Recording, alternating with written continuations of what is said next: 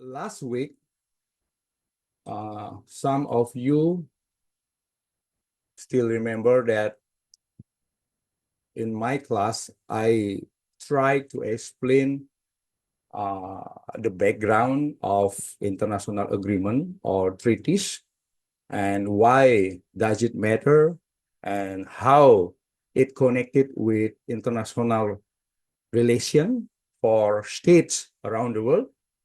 And it has also connect with the existence of international community because there is a law adagium ubi societas ibi ius. When there is a community, there must be a law. And in terms of international relation, international law will be implemented if there is an international community.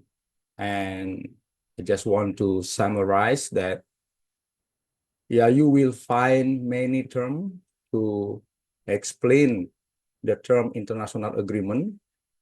It can be said as convention, declaration, protocol, agreement. But two most common term to explain international agreement is treaties and convention. And there are some legal sources regarding international agreement or treaties. Article 38, Wiener Convention, and national law. For this week, I try to explain about the different styles, different types, different forms of international agreement. I would say international agreement or treaties.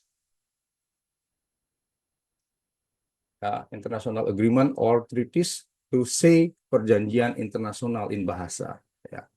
So this is you can distinguish treaties based on following types: the number, for example, the character, the procedure, the duration, the initiator, and at the end I will explain the language of treaties. For the first, I'll try to explain the difference of all existing treaties based on the number of participants. So the term bilateral refers to the treaties who just involve two parties. Can be state between state or state between international organization. You have watched the video as appeared before explaining the tough relationship between China and India. And if you ever watch other videos on the YouTube, you will find that there is a bilateral agreement between China and India. So if the party of the agreement only consists two, then it can be said as bilateral. And the interesting fact about the conflict between China and India, I will show you maybe later in the video when they conflict in the border area with, I think in Himalayan border. Then there is a bilateral agreement explaining that, okay, you can fight, you can push or punch your enemy without using arm or without bearing arm. That's more like a physical contact. Without using weapon, gun or any armed weapon. Why did it create a kind of agreement? Because it already mentioned in international agreement, in bilateral agreement. Yeah. Again, bilateral meaning that the party involved only two. Another example, when Indonesia held negotiation with Malaysia regarding extradition, for example, and when the negotiation success, then the agreement issued, enacted, and enter into force in Malaysia and Indonesia territory. So if, for example, someone in Indonesia commit crime, murder, for example, then he or she run away to Malaysia, to Kuala Lumpur, then Indonesian police can ask for help from Malaysian police to catch the actor. Yeah. And then if this happen, the Malaysian police will return the actor, the one who killed someone in Indonesia, to fly back to Indonesia. Yeah. And it's going to be easier because Indonesia and Malaysia already signed bilateral agreement. Yeah. Another example that I can explain to you is multilateral agreement. Definitely, this kind of agreement consists more than two parties. Yeah. Why it is called multilateral? Because the parties involved more than two, could be three, could be four, could be specific in the region, yeah, and could be for economic affairs, yeah. It depends on the purpose and objective of each agreement. A good example of regional multilateral agreement is ASEAN.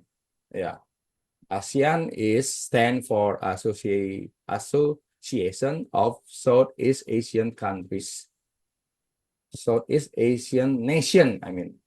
And yeah, the parties involved more than two.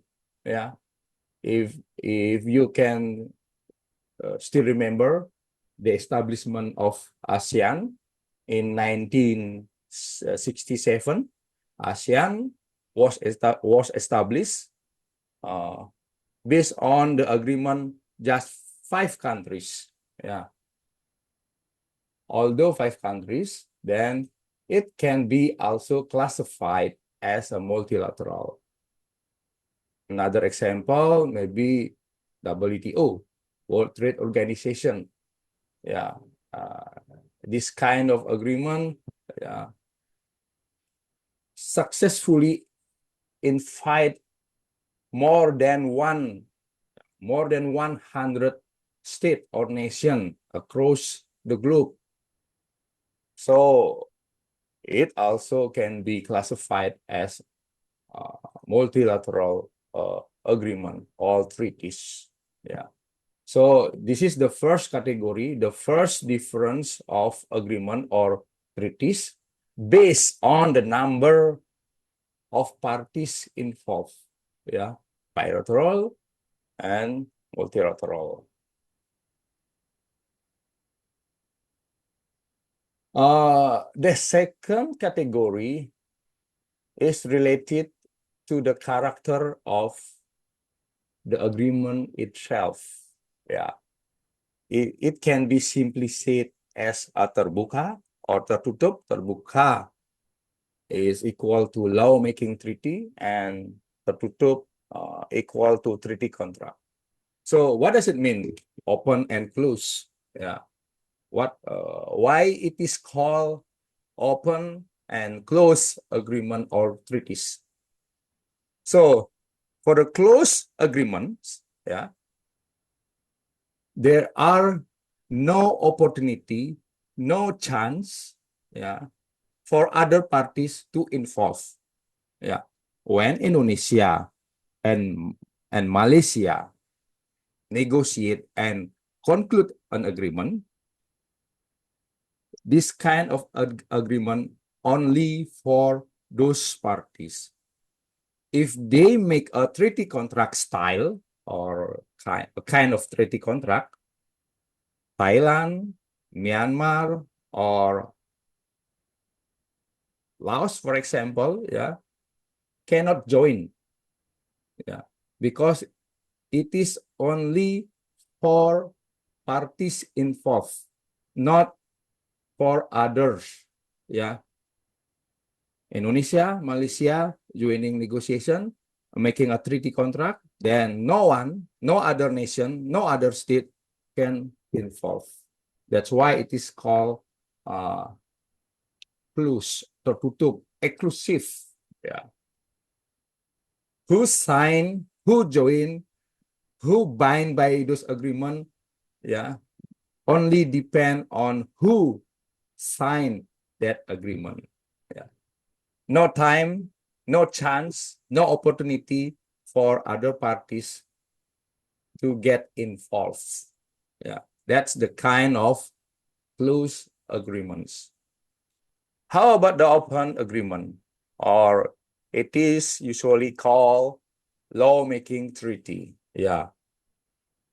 For this kind of agreement, yeah, this kind of agreement open opportunity, open possibility, open likelihood for other parties to join as a party, as a member. For example, when the WTO in 1994 was agreed, yeah, WTO, World Trade Organization, I mean, open opportunity to the next country or future nation or state to join as long as they follow the requirement of WTO. So when Indonesia, for example, didn't join WTO, didn't become the signatory party, yeah, in the next 5 years or even 10 years, if Indonesia want to join and follow the requirement, then Indonesia finally can join WTO. That this kind of open agreement that enable other parties to join. And multilateral kind of agreement usually connected with the previous material. Multilateral agreement usually have a character as a open or lawmaking treaty. For example, ASEAN. Yeah.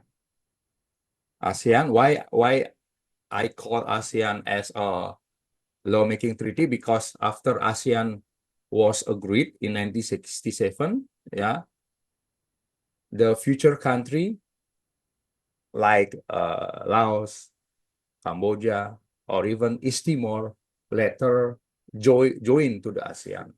Yeah.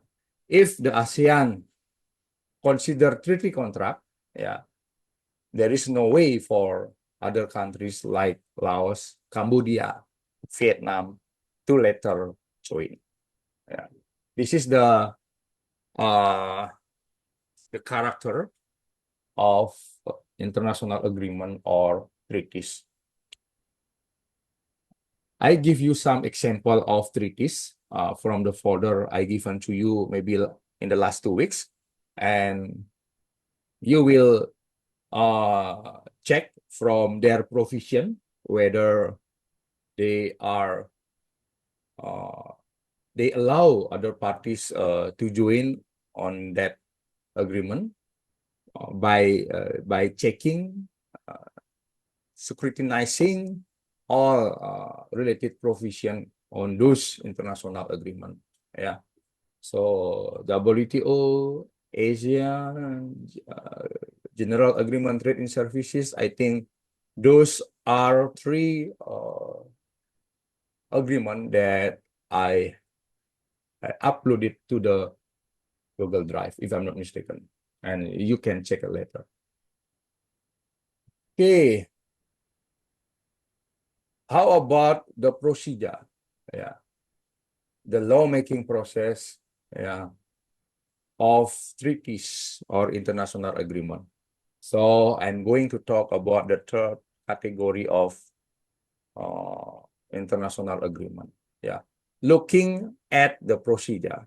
So the simple difference is only looking at how the lawmaking process is conducted, whether it is done by two states or it is done by three steps or states. Yeah. If it is done by two steps, then it usually start from negotiation and signing. Yeah. Negotiation. Yeah. And then when they agreed upon some point, then they just sign it. The different one is when, yeah, other kind of agreement require three steps. Yeah, it is not enough while you negotiate, while you sign, but you have also need to ratify. That's why we call it ratification, meaning that in ratification, then you need to have agreement from your House of Representative or Senate. Yeah. For example, when Indonesia signed an agreement of ASEAN, and if ASEAN agreement require ratification, then Indonesia, the government of Indonesia must discuss this agreement to House of Representative or DPR. Yeah. Once the DPR agreed, then it can be act as a national law. Yeah, that's a kind of procedure that held from three step or three states. Before continuing, I will open if some of you have a question.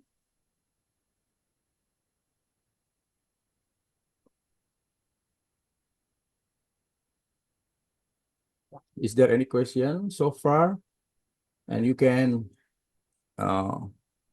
ask with Bahasa Indonesia.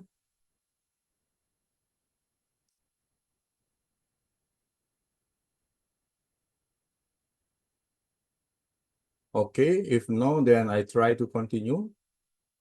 The fourth category is related to the duration, the term of international agreement and treaties. There are two possibilities, whether the duration is expressly stated, whether the agreement is not expressly stated.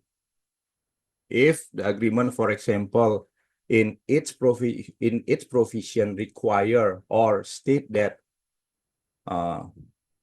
the agreement will last for 3 years or will last for until 2035 or will be expired within 5 years, will be expired within 10 years, then a kind of agreement can be considered as international agreement or treaties that expressly stated its duration or its term. Yeah, that's why I call it. I use it from expressly state or tegas. But some agreement didn't explain, didn't mention how long it lasts and whether it is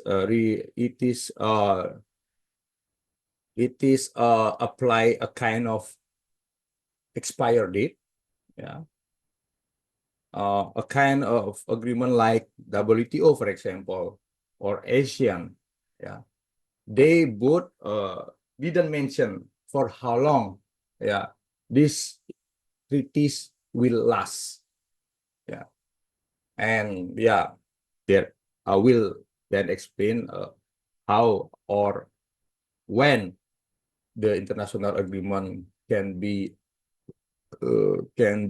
completed or can be ended. Yeah. There are some situations where the agreement ended. Yeah. But in this case, I just want to say that there are two possibilities. Yeah. One, yeah, the duration is explained clearly, crystal clear. The second one is whether it is not, yeah, expressly stated, or we can say implicit, explicit and implicit. Yeah, the first version is explicit, and the second version is implicit. Yeah, yeah. How to check whether they they are under the first category or second category? You can check them within their provision. Yeah, because every treaties or international agreement will regulate, uh, and then it will be breakdown into some provisions. And from the last provision, usually regulate about whether the duration it is the duration, whether it is expressly stated or not. Yeah, we can check it in those provision. Okay, that's for the duration of international agreement or treaties. How about the initiator, the one that initiate, the one that actively involved, actively started the negotiation? There are two possibility as well. Yeah, the first one is nation or states, and this is pretty common when state, especially developed nation, become initiators of international agreement or treaties. Yeah, for example, like ASEAN. Yeah, ASEAN agreement was initiated by 5 countries. Yeah, Indonesia, Thailand, Malaysia, Brunei Darussalam, and Singapore. Yeah. Uh, hope I hope I don't or forget something about the initiator of ASEAN. Yeah. And what else? NATO, for example. If you ever hear about North American uh, organization, then it was initiated by US and also France, yeah, and other kind of organization that initiated by countries.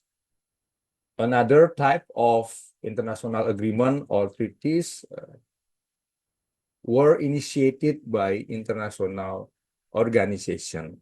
Yeah, you have learned about the existence of international organization, yeah, like WTO, like International Monetary Fund, like United Nations, yeah, and etc. Yeah, those are international organization uh, who have big influence in international relation.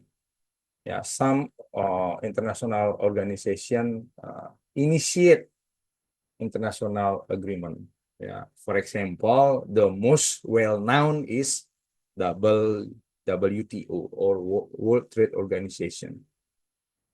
Yeah, this organization uh, has become the pioneer for establishing more stable, more consistent a kind of international agreement. And now WTO become one of the most influence and powerful international organization on earth. Yeah, that's the possibility or the initiator possibility of international agreement or treaties. Yeah. So again, don't forget with the previous material regarding international law because the subject of international agreement or treaties pretty similar. Yeah, we also talk about country, international organization, yeah, who also become important parties in creating, yeah, in creating international agreement or treaties. And for the last one, yeah, there are also possibility of language, yeah, language of international agreement. It is matter, it is need to be discussed because, yeah, there are possibility if the parties involved coming from parties who have different language. If Indonesia have negotiation with Russia, for example, because so many Russian now in Bali, especially in Canggu, then if we want to negotiate and help or make international agreement, whether it is regulated under Indonesian language, Russian language, or English language. It is matter to be discussed because, yeah, there are possibility for using any agreed language. Yeah, there is no strict rule to require some particular parties to use some particular language. Yeah. So the first possibility is, yeah, it can be implemented in one language. Yeah, that's the simple one. Becoming more simple if the parties involved coming from the parties or coming from the country that have the same language. Yeah. For example, like Indonesia and Malaysia making an agreement, I think getting easier because we have like similarity in terms of language. If Indonesia making an agreement with, for example, Singapore, then it's also getting easier in terms of similarity in language. If Australia making bilateral agreement with US or UK, yeah, they also are getting easier because they have the same languages, so we don't have to be worried about what language need to be used in this agreement. Yeah, but it also depends on the negotiation and also the intention of the parties involved. Yeah. Okay, that's the first possibility of language in international agreement or treaties. Okay, the student keep entering in. That's why my my focus a bit distracted because I have to admit. Okay. The second possibility is where the agreement can be done, can be applied in two languages or more, but only one is final and binding. Only one is legal and binding. Yeah. For example, when Indonesia held negotiation with Russia, Indonesia can make Indonesian version of that agreement. Russia, on the other hand, can make also other or Russian version of its agreement, but yeah, they have to be agreed to choose which one legal and binding. This is a part of negotiation. Yeah, you can create more languages, but you have to conclude which one, which language is legal and binding. WTO, yeah, if you see WTO, there are version Spanish, Mandarin, French, and definitely English, but it is regulated that the English version is the one that final or legal and binding. Yeah. And it also depends on the intention of the parties involved on those agreements. And the last possibility is, yeah, this is pretty complex because there are also possibility when some international agreement or treaties are created in more than two languages, and they are all legal and binding.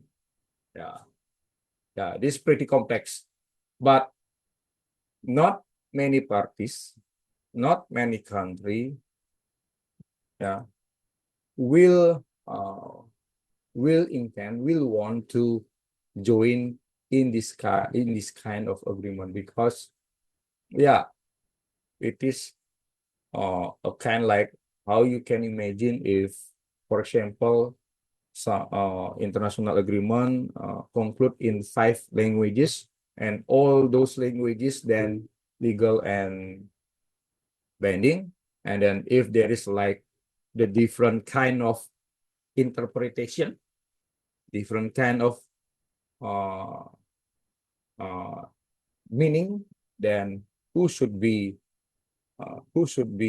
prevail, who should be win on that issue. That's why, yeah, although it is open for all parties, then not many countries, not many parties want to conclude in this kind of agreements. Yeah. Mostly the second version, which is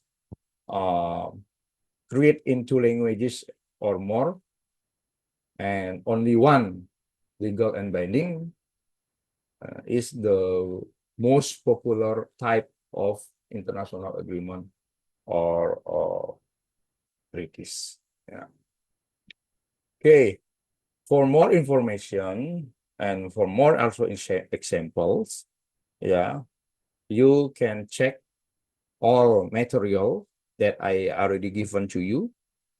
And on those drive, I think I have uploaded some international agreement, example of international agreement, then you can start analyzing, yeah, the type or the style of this international agreement. For example, WTO, for example, it is bilateral or multilateral. It is open or closed. It is done by two-step or three-step, whether the duration it is expressly stated or not, whether WTO initiated by state or international organization, and whether it is applied by one or two more languages. You can check later in the example provided. Okay, I think that's all my explanation about the style of international agreement. Now I'd like to open all participants if you still have any queries, any uncertain, any clarification. It is your time, it is your chance, it is your turn to express them all.